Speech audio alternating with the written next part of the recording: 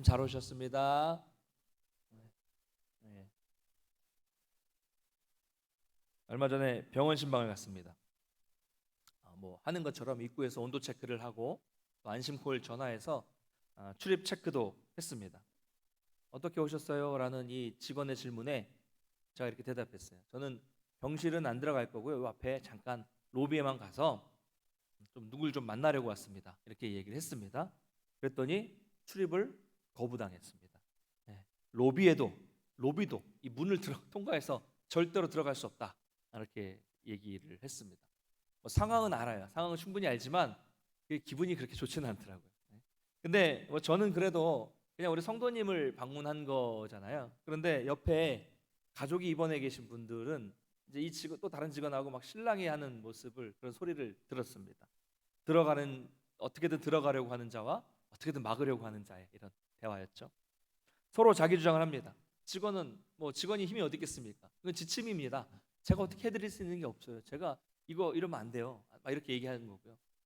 환자 가족은 아니 이제 명절 전이라 멀리서 한번 왔는데 얼굴이라도 좀 보게 해달라. 막 이런 이야기를 옥신각신하고 있었습니다. 이 가족들도 이해는 되지만 기분은 그렇게 좋지는 않았을 것 같아요.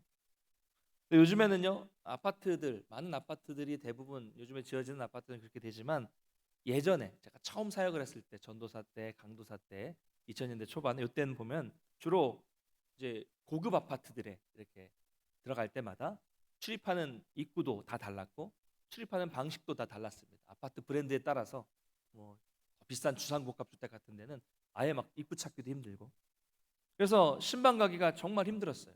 그 당시에 이렇게 이 입주민 전용 출구는 보이기 쉬운 곳에 쫙 보이고 들어가기 쉽게 잘 돼 있는데 요즘에는 그 옆에 이렇게 방문자 전용 나와 있지만 그때는 그런 것도 안 보였습니다. 방문자 전용 출입구는 보이지도 않아요. 앞에서 보이지도 않고 후문으로 어떻게 돌아서 들어가야 되고 또 들어가려고 해도 막 검문도 심했습니다. 처음에는 저도 아무것도 모르고 딱 그냥 입구가 보이길래 딱 입주민 전용 이 차단기 앞에 딱 섰어요. 아무리 기다려도 문이 안 열리는 거예요. 그래가지고 막 벨을 눌렀더니 이제 저쪽에서 까만 옷을 입은 이 경비 용역업체 젊은 청년들 둘이서 막 뛰어오더니 이쪽으로는 절대로 들어갈 수 없다는 겁니다. 그래서 이렇게 기다리는데 좀만 열어달라 했더니 그렇게 열어주면 자기들이 잘린다는 거예요. 여기 입주민들의 이 입김이 너무 세기 때문에 절대로 못 들어간다고. 그래서 어떻게 하느냐 그랬더니 후문으로 들어가서 가면 있다고 합니다. 그래서 그 자리에서 다시 그대로 후진을 해가지고 한참을 돌아서 헤맸어요. 후문 찾기도 힘들고 그래서 간신히 들어간 적이 있었습니다. 어떤 이유에서거든 어쨌든 거부를 당하니까 마음이 그렇게 편한 건 아니에요. 기분은 별로 좋지 않았습니다. 여러분 이렇게 우리가 뭔가를 하려고 하다가 거절당하는 거, 거부당하는 것은요 기분 나쁜 일이죠. 자 그렇다면 거부당하는 이유는 뭘까요? 오늘 말씀하고도 좀 연결이 되는데요. 거부당하는 것 여러 가지 이유가 있겠지만 두 가지만 살펴보면 우선 규칙을 지키지 않았기 때문에 거부당하는 겁니다. 어디든 규칙이 있죠. 특히 요즘에는 또 우리가 잘 아실 것 같은데 요즘에는 마스크를 쓰지 않으면 어디든 간에 누구든 간에 어디를 들어갈 수가 없습니다. 거부당합니다. 처음부터. 또 요즘에는 노 키즈 존 아이와 같이 갈 수 없는 그런 카페들이 많이 생깁니다. 그런데 그런 노 키즈 존에 아이와 같이 가면 거부당하게 되죠. 두 번째는 주인이 모르면 거부당하게 됩니다. 당연하죠. 서로 잘 아는 관계, 친밀한 관계여야 들어갈 수 있습니다. 어쨌든 어떤 이유에서건 거부당하는 것은 좋은 일은 아닌데 그래도 우리가 일상생활에서 세상에서 거부당하면 그냥 아까 제가 말씀드린 것처럼 잠깐 그냥 좀 기분이 조금 나쁜 것으로 끝납니다. 끝나요. 잊어버리는 거예요. 별일 아닙니다. 그런데 오늘 말씀을 보면 22절에 그날에라고 말씀을 하고 있어요. 그날에. 여기서 말하는 그날은 심판의 때, 마지막 때를 말하는 것이죠. 그럴 때 그날에는 누구나 우리 이 세상에 사는 모든 사람들은 누구나 다 심판대 앞에 서게 될 것입니다. 그래서 그 심판대 앞에서 어떤 사람은 천국에 들어가는 것이 허락되지만 어떤 사람은 거부당할 것입니다. 자, 그날에는 마지막 때에는 거부당한다면 이건 단순히 그냥 기분 나쁘고 끝날 정도가 아니라 아주 심각한 일이 벌어지는 거죠. 왜냐하면 거부당한다는 것은 결국 천국에 들어가지 못하는 것이기 때문입니다. 그래서 오늘 말씀을 통해서 우리는 천국에 들어갈 사람은 어떤 사람인가, 그리고 어떻게 하면 거부당하지 않게 되는 것인가에 대해서 예수님의 말씀을 좀 나눠보기를 원합니다. 계속해서 우리는 산상설교 마지막 부분을 살펴보고 있습니다. 예수님은 대조를 통해서 설명하시는데요, 좁은 길과 넓은 길, 좋은 나무와 나쁜 나무, 그리고 오늘은 천국에 들어갈 자와 그렇지 않을 자, 거부당할 자, 이 둘의 차이에 대해서 설명하고 있습니다. 먼저 예수님은 21절에서 주여 주여 하는 자마다 다 천국에 들어갈 것이 아니다 라고 말씀하고 있습니다. 주여 주여 한다는 것이 뭘까요? 주여 주여. 먼저 이 표현은 기도와 관련된 표현이죠. 우리는 기도할 때 주여, 주님 이렇게 부르며 기도를 합니다. 근데 여기서 주여 주여 이 말을 두 번이나 반복했다는 것은 이 마태의 강조죠. 이것은 신앙이 좋은 사람의 고백이라는 것을 알려주기 위한 반복입니다. 주여 주여. 여러분 생각해 보세요. 우리들이야 매번 이렇게 교회 나와서 신앙생활 하고 있으니까 주여라고 말하는 것이 너무 익숙해요. 그렇죠? 그런데 일반적인 사람들이 예수님을 주여, 주님 이렇게 고백하는 것이 쉬운 일입니까? 한번 밖에 나가셔서요, 여러분 예수님 모르는 사람들 한번 길거리에서 전도해 보십시오. 생판 예수님 모르는 사람 전도하셔서 그분이 스스로 우리 예수님이 나의 주님이십니다 라는 고백을 할 수 있도록 한번 해보십시오. 얼마나 걸릴까요? 한 달? 1년? 10년? 모르는 일이에요. 그러니까 주님이라고 고백하는 것, 예수님이 주님이다라고 고백하는 것은 이게 정말 쉬운 일이 아니라는 거죠. 쉬운 일이 아닙니다. 그런데 주여 주여라도 이렇게 이 말을 자연스럽게 반복해서 이렇게 부를 수 있다는 것은 이 사람의 신앙 고백이 너무나도 자연스러운 사람이라는 것, 오늘날 말로 하자면 교회에 잘 다니고 있는 사람이다라는 것을 의미하는 그런 표현입니다. 이런 사람은 자기가 예수님을 믿는 사람이라고 확신하고 있고 천국에 들어갈 것이라는 것을 확신하고 있는 사람입니다. 로마서 10장 9절 10절 말씀을 한번 찾아서 읽어보겠습니다. 로마서 10장 9절 10절 같이 읽겠습니다. 시작. 내가 만일 내 입으로 예수를 주로 시인하며 또 하나님께서 그를 죽은 자 가운데서 살리신 것을 내 마음에 믿으면 구원을 받으리라. 사람이 마음으로 믿어 의에 이르고 입으로 시인하여 구원에 이르느니라. 아멘. 자, 우리가 먼저 마음으로 믿고 이것을 구체적으로 그것을 입으로 시인하면 구원받는다라고 말씀하고 있습니다. 이 말씀의 의미는 뭐예요? 마음은 없는데 그냥 입술로만 시인한다 이런 의미는 아니에요. 그렇죠? 마음이 있고 그 마음에서 이 입술에서 고백이 나온다는 것입니다. 인종, 나이, 성별에 상관없이 누구든지 예수 그리스도를 이 마음에 믿고 그 믿음을 입술로 고백하면 천국 백성이 되는 것입니다. 할렐루야. 이게 복음이에요. 이것은 누가 강요해서 되는 것도 아니죠. 목사가 강요, 부모의 강요, 공동체의 강요로 되었다면 그것은 신앙 고백 자체가 아닙니다. 진실한 마음으로 믿어서 자연스럽게 입으로 표출되는 것, 이것이 신앙 고백을 말하는 것이죠. 그렇기 때문에 여러분 우리가 교회에서 또 신앙생활에서 한 사람이 그 사람의 자의로 입술로 자기 신앙을 고백한다는 것은 신앙에 있어서 아주 기본적인 것이면서 동시에 매우 중요한 일입니다. 고백이 매우 중요한 거예요. 신앙 고백은. 자, 그러나 충격적인 사실은 오늘 말씀에서 그렇게 주여 주여 이 신앙 고백, 이 주여 주여라는 말이 자연스럽게 나오는 사람이라고 할지라도 그 사람들 전부가 다 천국에 들어갈 수 없다라는 것이 바로 오늘 이 말씀의 핵심적인 내용입니다. 과거에는 그 사람의 고백에 진실한 신앙의 고백이 있었다고 할지라도 진심은 사라지고 그것이 이제 습관적이고 피상적인 그냥 하는 입술의 고백이 되었다면 큰 문제가 생긴다는 것이죠. 그런 피상적인 고백과 습관적인 믿음은 천국에 들어갈 수 있는 믿음이 아니다라고 말씀하고 있는 거예요. 여러분, 그런데 오늘날 이런 신앙인들이 참 많습니다. 피상적인 고백. 말은 정말 잘하죠. 다 잘합니다. 입술의 신앙 고백도 너무 잘합니다. 청산유수 같아요. 우리가 즐겨 부르는 찬양들의 가사를 한번 보십시오. 여러분, 우리가 기도하는 내용들을 한번 들어보십시오. 너무 멋있어요. 또 어떤 분들은 저분이 문학을 전공하셨나 싶을 정도로 너무 시적으로 이런 기도의 내용들을 잘 표현하시는 분들도 많이 있습니다. 내용을 들어보면 모든 것을 다 드릴 수 있고 심지어는 생명까지도 다 바칠 수 있다는 고백을 하죠. 자, 이런 엄청난 고백, 엄청난 말을 하는 사람들이 앞장서서 교회 일을 하게 되면 다른 사람들은 감히 나설 수도 없어요. 앞에서 말도 잘하고 정말 신앙적 열심도 대단하니까. 그렇죠. 목소리 큰 사람이 이긴다라는 말은 교회에서도 통하는 것 같습니다. 명분을 잘 내세우고 그렇게 앞장서는 사람이 소리가 크면 대다수 사람들은 그냥 거기에 따라가게 되는 겁니다. 어떤 일이 생기는지 아십니까? 심한 경우에는 어떤 교회를 보면 결국 성경이 아닌 다수결에 따라 분위기가 흘러가는 경우가 있습니다. 많아요. 여러분, 그렇게 되면 그 모임은 교회입니까? 세상 모임입니까? 그런데 오늘 22절을 보니까 또 주여 주여 부르는 그런 사람들이 많은 능력까지 행하였다라고 말씀하고 있습니다. 오늘 22절 말씀을 같이 한번 읽어보겠습니다.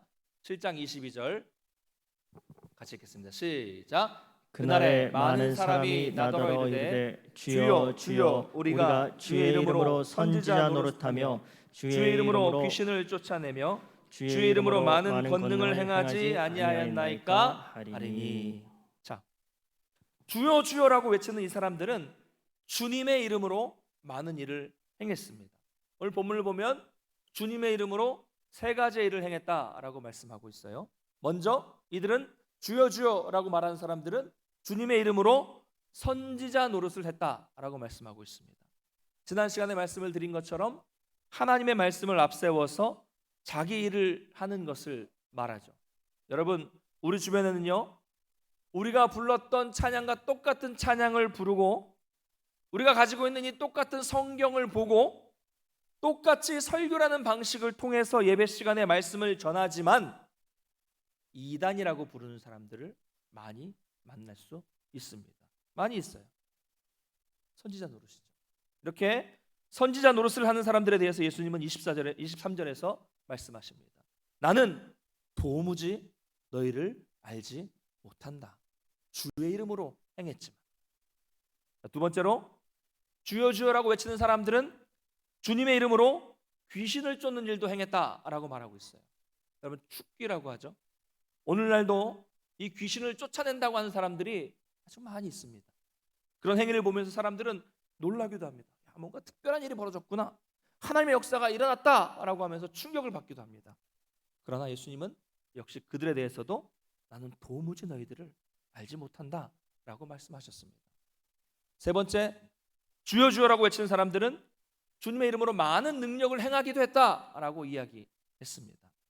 오늘날 특별히 이런 신비적인 능력을 행한다고 하는 사람들이 여전히 많이 우리 주변에 있어요. 여러분 아마 안동에도 그런 분들이 있다 들어보신 적도 있을 겁니다.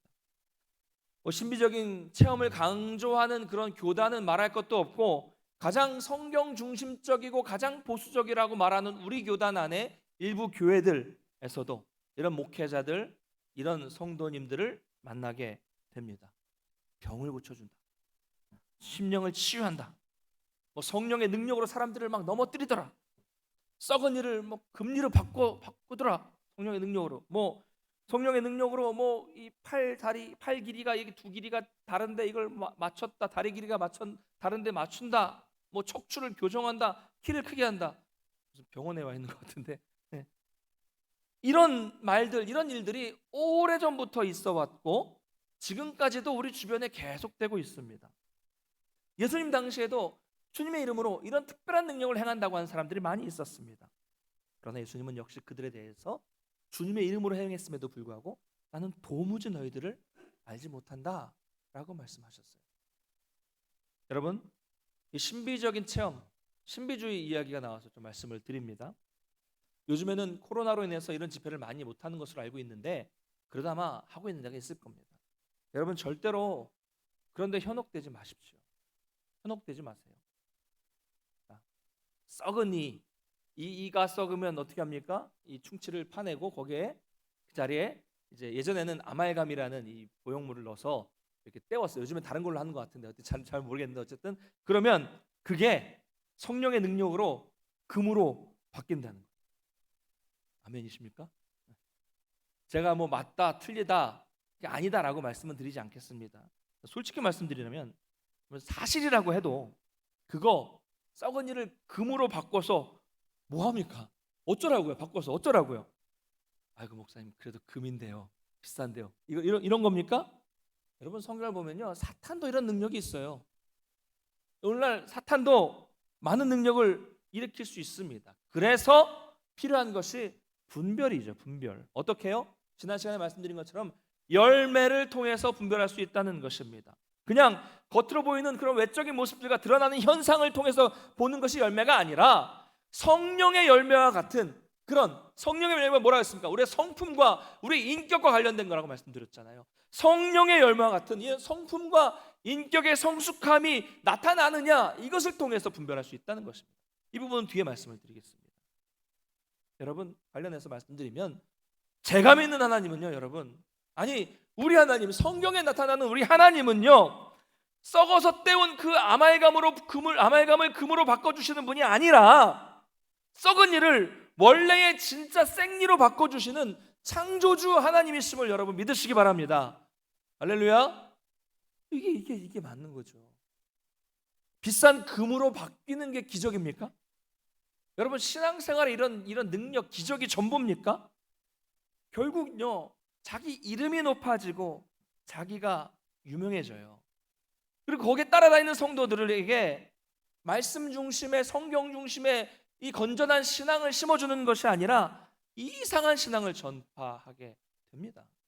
나쁜 열매예요. 나쁜 열매입니다. 2000년대 초반에 제가 이름을 말씀드릴 수는 없는데 어쨌든 한국에 자주 왔던 남미 브라질의 한 목회자가 이런 사역 일명 금리빨 세미나라는 사역을 통해서 전 세계적으로 유명해졌습니다. 안동에도 아마 했을 건데 모르시는 분들 계실 겁니다. 유명해졌고요. 아직도 그 사역을 이어받은 사람들이 뭐 알파코스의 마지막 이런 걸 한다거나 신유 집회를 한다거나 해서 국내에서도 여전히 활동하고 있고요. 저기 어디 부산에 어디 기도원 가보면 늘 이런 행동 이런 행위들을 하는 걸 발견할 수 있습니다. 여러분 멀지 않아요. 주변에 있습니다. 그래서 결국은 20년 가까이 지났는데 그 사람의 사역 속에 남은 게 뭐예요? 예수님은 사라져 버렸어요. 복음은 사라졌습니다. 그리고 그 사람의 이름과 그 사람의 사역만 남았습니다. 어떤 분은요 또 그런가 하면 막 집회를 하면서 성령님을 막 오라가라 막 합니다. 더 오시고 더 터치 막 이러면서 사람을 막 넘어뜨립니다.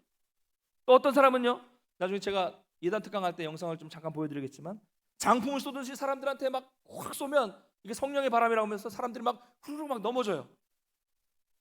저 목사가 무슨 말 하나 지금 싶으신 분들 계시겠지만 그런 집회들을 하는 사람들이 많이 있습니다.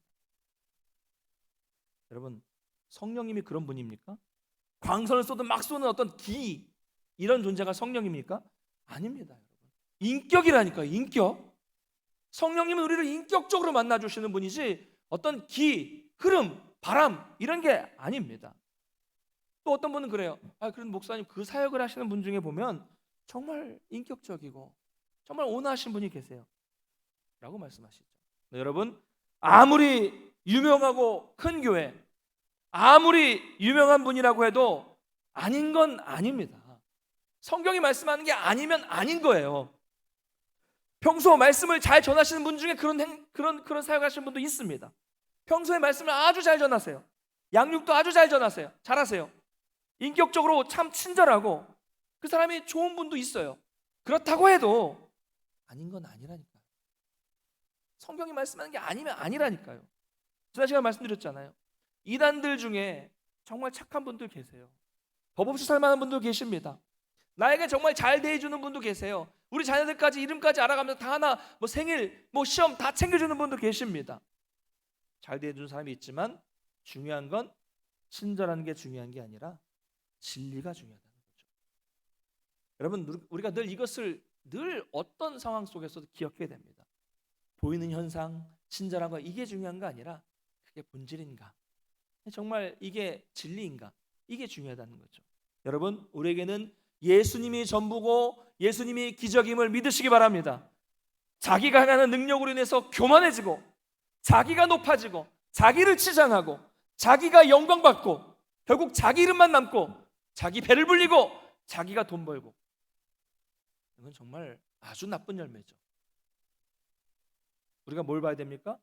그 기적을 통해서 얼마나 예수님을 닮아가고 있는가, 그 기적을 베푸는 사람이나 그 기적을 받은 사람이나 얼마나 저들이 예수님을 알아가고 있는가, 과연 그 일을 통해서 하나님께 영광이 돌려지고 있는가, 이 사역들을 통해서 정말 이상한 이야기 말고 순전한 복음, 본질적인 복음이 온전하게 확장되고 있는가, 여러분 이걸 봐야 됩니다. 이게 중요한 거고요.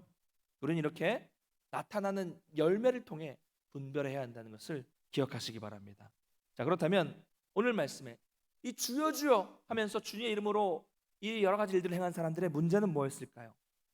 당시 고대 사회에서는요, 왕의 이름으로 명령을 하면 그 명령은 왕이 직접 하는 명령으로 받아들여졌습니다. 여러분 사극을 보시면 어명이요 하고 딱 오면은 어떻게 합니까? 이렇게 두루마리를 펼칠 때 그 사람은, 이 어명을 받는 사람은 이게 임금이 직접 말하는 것으로 듣고 자리를 깔고 엎드려서 부복하고 그 어명을 받아들이잖아요. 그렇죠?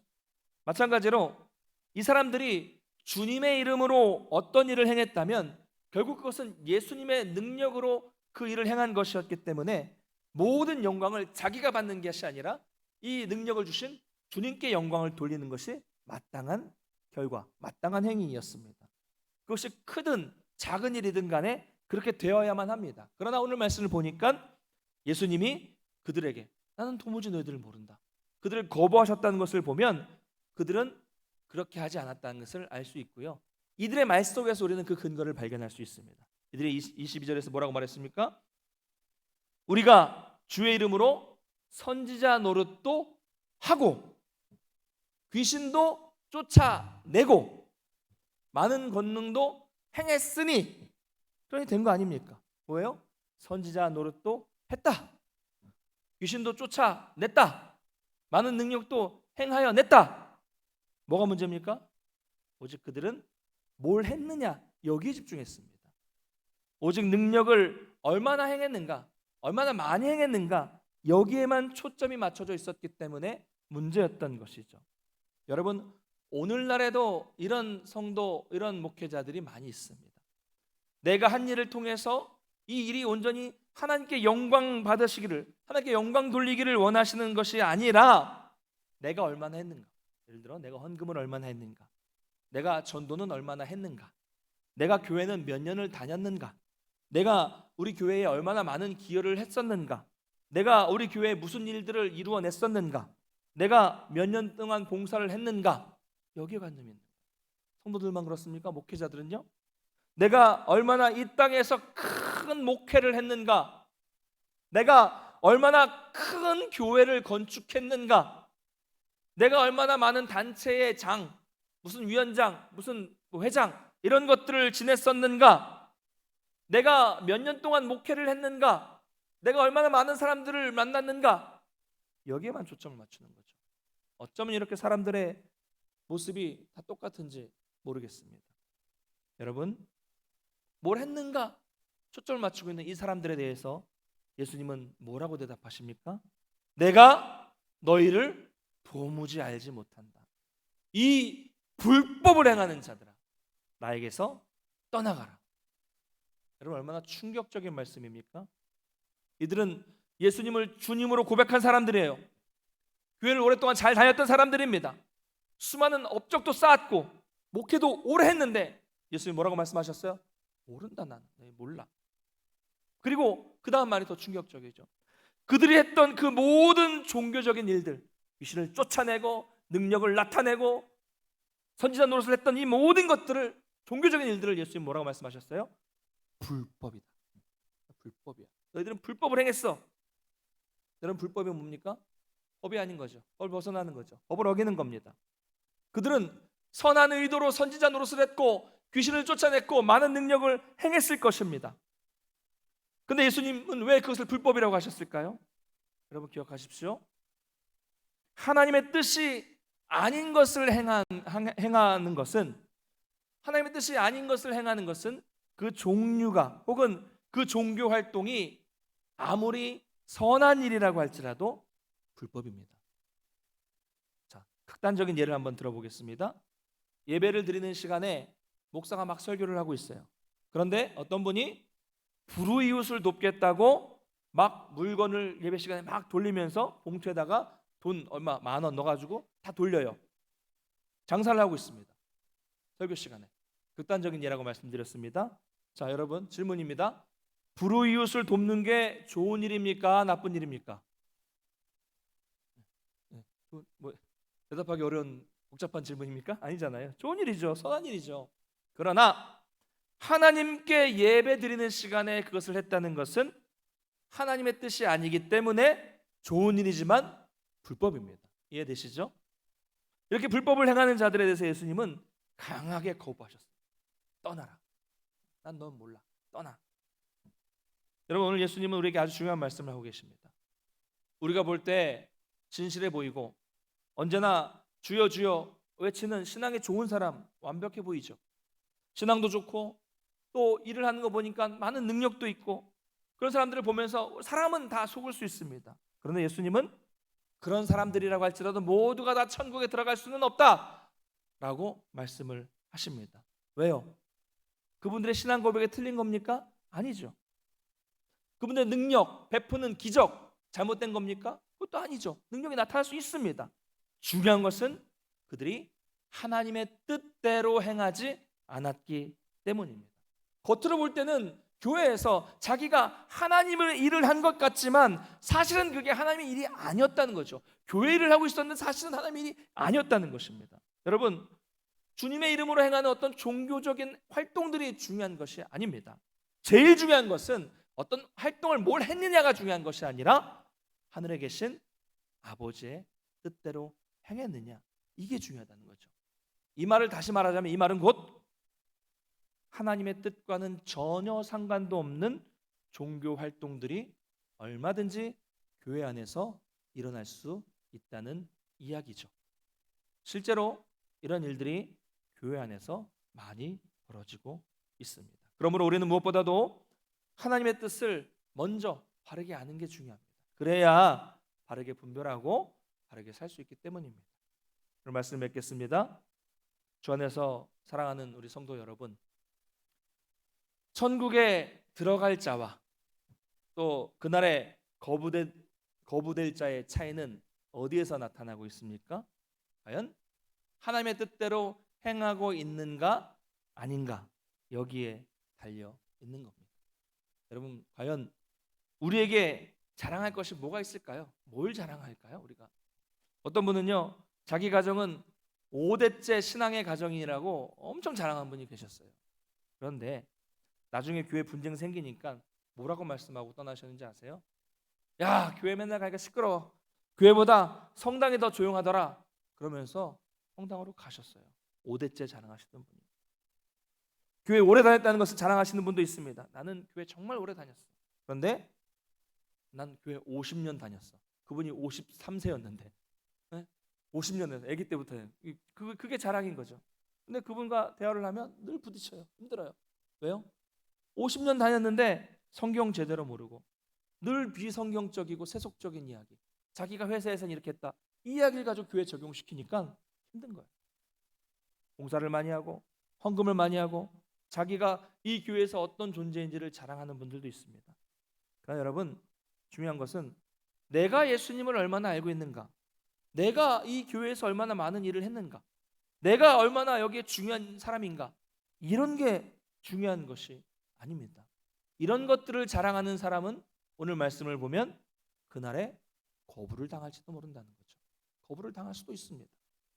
제일 중요한 것은 내가 뭘 했는가가 아니라 우리 주님이 나를 알고 계시는가, 이게 중요합니다. 그렇게 되려면 나를 자랑하는 자가 아니라 내가 한 일을 자랑하는 것이 아니라 그 일이 하나님의 뜻인가, 정말 하나님의 뜻대로 행하는가, 이것을 알고 그 뜻을 행하는 자가 되어야 하는 것입니다. 여러분, 요즘에는요 우리가 코로나 때문에 교회에 성경책 중에 비치용 성경책이 있었잖아요. 쓰지 않습니다.